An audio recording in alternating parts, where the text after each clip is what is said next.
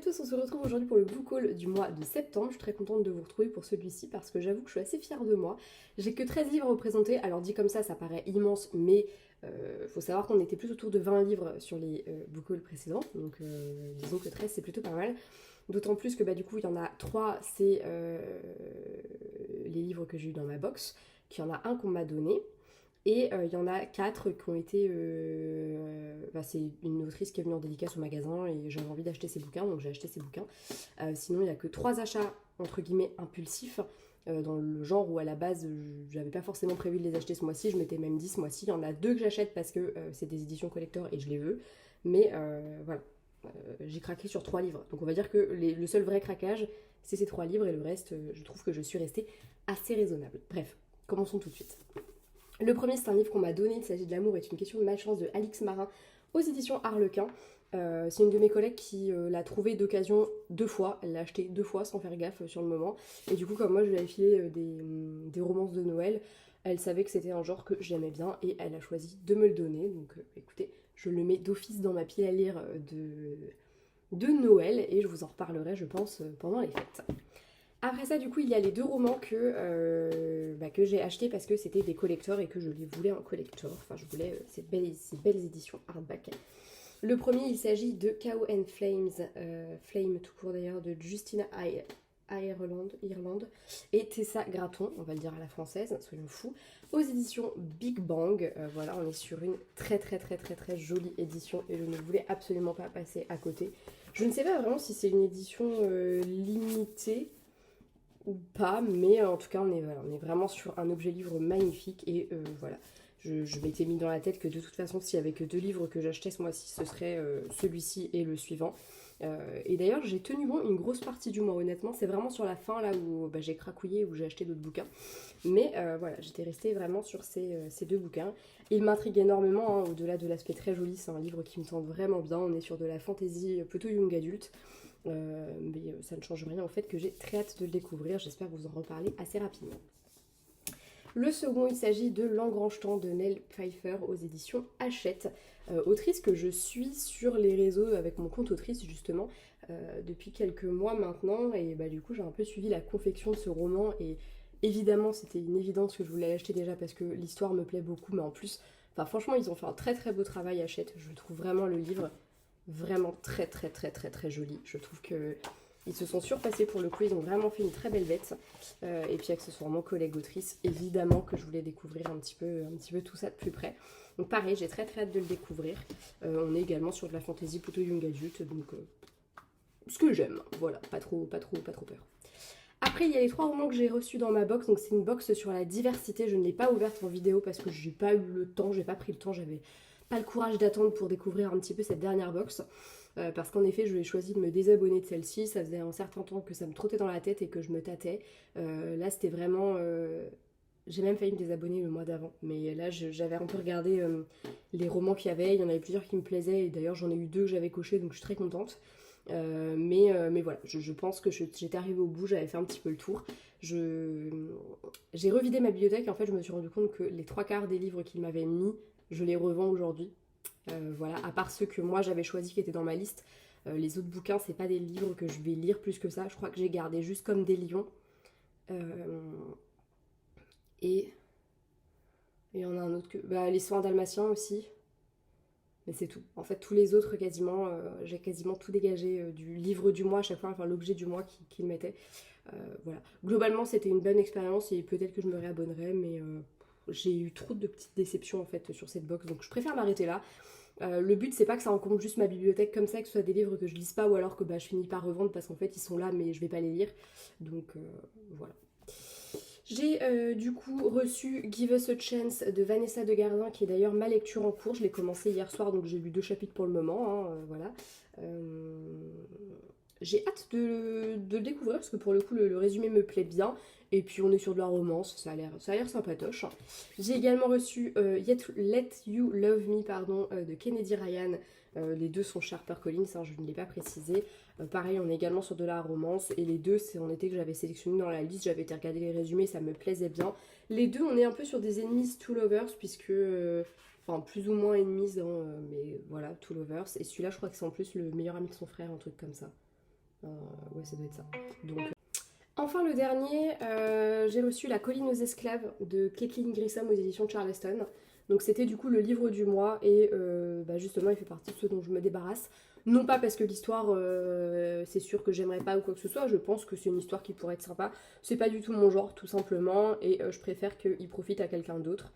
Voilà. Accessoirement je trouve que ça fait 2 fois que je reçois des Charleston et j'ai l'impression, enfin, en fait il me donne le sentiment d'être un peu abîmé, enfin pas abîmé mais je sais pas comment vous dire. Le blanc, il est passé sur la couverture, je trouve.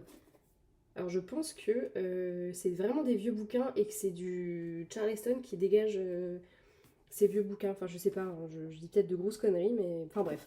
Vous pourrez le retrouver sur mon Vinted parce que il va y aller très vite. Voilà, tout simplement. Ensuite, on passe aux 2 petits craquages qu'il y a eu dans le mois et on reste dans la même thématique avec Scottish Rhapsody de Delinda Dane aux éditions Hugo et Scottish Lover de Déborah Guérand chez HarperCollins. Alors, Scottish Rhapsody, on me l'avait conseillé, je crois que c'est une de mes collègues qui me l'a conseillé, et du coup, j'avoue qu'il me trottait un petit peu dans la tête. Et je crois que celui-ci, Scottish Lover, il est sorti il n'y a pas longtemps. Et le résumé me plaisait bien, et du coup, bah voilà, j'ai craqué, j'ai pris les deux. C'est le petit achat. Le petit achat vraiment impulsif du mois. Parce que je sais pas, j'avais envie, ils me tentaient tous les deux, et je me suis dit, bah allez, prends-les, voilà. Je suis un peu déçue parce que je m'étais vraiment dit vas-y ce mois-ci tu craques pas, tu fais pas de petits tours en rayon en mode ah tiens il y a ce livre là il me tente bien vas-y je le prends et je m'en veux un petit peu parce que j'avais tenu excusez-moi hein. J'avais tenu un long moment dans le mois et du coup je suis un petit peu déçue de ne pas avoir tenu complètement mais en même temps je pense que je vais bientôt les lire donc on va dire que ça compense. Ensuite, comme je vous le disais, on a reçu une autrice en dédicace. Il s'agit de Sandy Christine, une autrice qui est auto-éditée, mais pas que, puisque elle a un de ses romans qui est publié chez So Romance, The One Night Rule.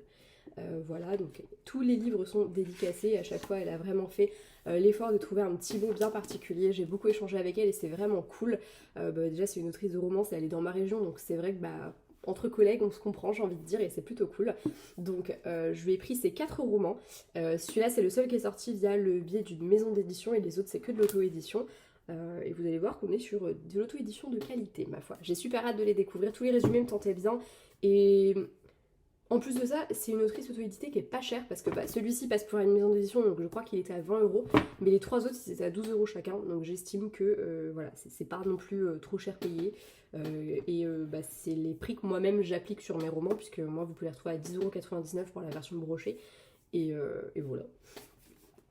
Donc je lui ai également pris Matching with You, tac tac tac, Learning from Love, je m'y prends comme un pied. Et le dernier qui est une romance de Noël et qui a déjà rejoint ma pile à lire pour Noël, Love as a Present. Voilà, donc on est à chaque fois sur des récits assez sympatoches. Celui-ci, j'étais avec elle quand elle expliquait à une lectrice que il se passe en Laponie et elle est étalée en Laponie, donc c'est un roman qui la touche particulièrement pour ça parce que ça lui rappelle un petit peu son voyage.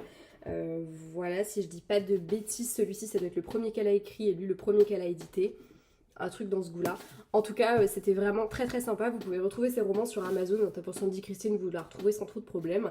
Ils sont tous disponibles dessus. Donc n'hésitez surtout pas à aller voir un petit peu son travail. Franchement, je ne les ai pas encore lus, mais je ne doute pas que je vais un minimum apprécier parce que j'ai un peu feuilleté et globalement déjà sa plume me plaît. Donc c'est plutôt positif. Et puis accessoirement, je peux que vous pousser à aller découvrir des nouveaux auteurs. Enfin franchement... Très bon moment d'échange, j'ai adoré ce moment et si tu passes par là, Sandy, je te fais un petit bisou. Voilà. Et enfin, le dernier que j'ai acheté, c'était le dernier craquage du mois. En fait, c'est un livre que je cherche depuis un moment, mais je n'arrive pas à le trouver, puisque j'ai acheté la suite. Je savais pas que c'était une suite au début, j'ai lu le résumé, j'ai bien aimé, nanana. Du coup, voilà, donc j'étais un peu comme une conne, parce que, comme je l'ai déjà expliqué à de nombreuses reprises, quand c'est des tomes compagnons, même si l'histoire n'a pas grand-chose à voir, si je ne lis pas le premier, je suis très perturbée. Et généralement, un livre peut rester dans ma pile à lire très longtemps si j'ai pas le premier sous la main parce que je veux commencer à tout prix par le premier. Du coup, j'ai enfin trouvé Les azalées fleurissent en hiver de Dahlia Blake et je l'ai acheté. Donc ce qui est plutôt bien, c'est que comme on n'est plus trop en ambiance estivale et que le tome 2 a l'air un peu d'être en mode été, et je le lirai l'été prochain et je pense que cet hiver, je vais lire celui-ci et j'avoue que le résumé me tente vraiment beaucoup donc je suis contente de l'avoir trouvé. Bon par contre je fais des infidélités à mon magasin puisque je l'ai trouvé à la FNAC et je m'en veux un tout petit peu, mais en même temps ils avaient qu'à l'avoir à Cultura. Voilà, c'est tout ce que j'ai à dire. Et ben écoutez, voilà, c'est tout pour cette update lecture, enfin ce book haul plutôt, j'espère qu'il vous aura plu, moi j'ai passé un beau moment à vous le faire, je suis assez contente de mes achats et je suis contente de ne pas avoir trop craqué. Voilà, on va dire que les 3 craquages, c'était des livres qui étaient dans la wishlist et accessoirement c'est des poches, donc c'est quand même moins dramatique que quand j'achète une quantité pharaonique de gros format. Il y avait pourtant beaucoup de sorties au mois de septembre qui me tentaient, mais je me suis auto un peu calmée. J'essaye de le faire de plus en plus et quand c'est des suites de sagas notamment et que j'ai pas forcément lu le tome précédent, je me dis bah Serette, lis d'abord le tome précédent, c'est mieux. J'essaie de plus en plus de faire ça. Même si ça se voit pas dans les books le précédent. D'ailleurs j'ai calculé l'autre jour que je suis déjà... J'avais mis dans mes challenges de l'année d'acheter moins de livres que l'année dernière. Nous sommes en septembre et j'ai déjà largement explosé le compteur. J'achète beaucoup plus cette année que l'année dernière. Je ne sais pas pourquoi. Peut-être parce que je travaille à Cultura. Peut-être, qui sait. Enfin bref, voilà, j'espère que cette vidéo vous aura plu comme d'habitude. N'hésitez pas à me donner vos avis sur ces livres si vous les avez lus. N'hésitez pas à me dire si s'ils vous tentent, si vous souhaitez faire une lecture commune. Je propose à chaque fois, mais j'ai jamais personne qui me dit « Eh ouais, carrément, moi je vais faire une lecture commune sur celui-là. » Voilà, moi je vous laisse et je vais retourner à ma lecture en cours. Celui-ci. Des bisous!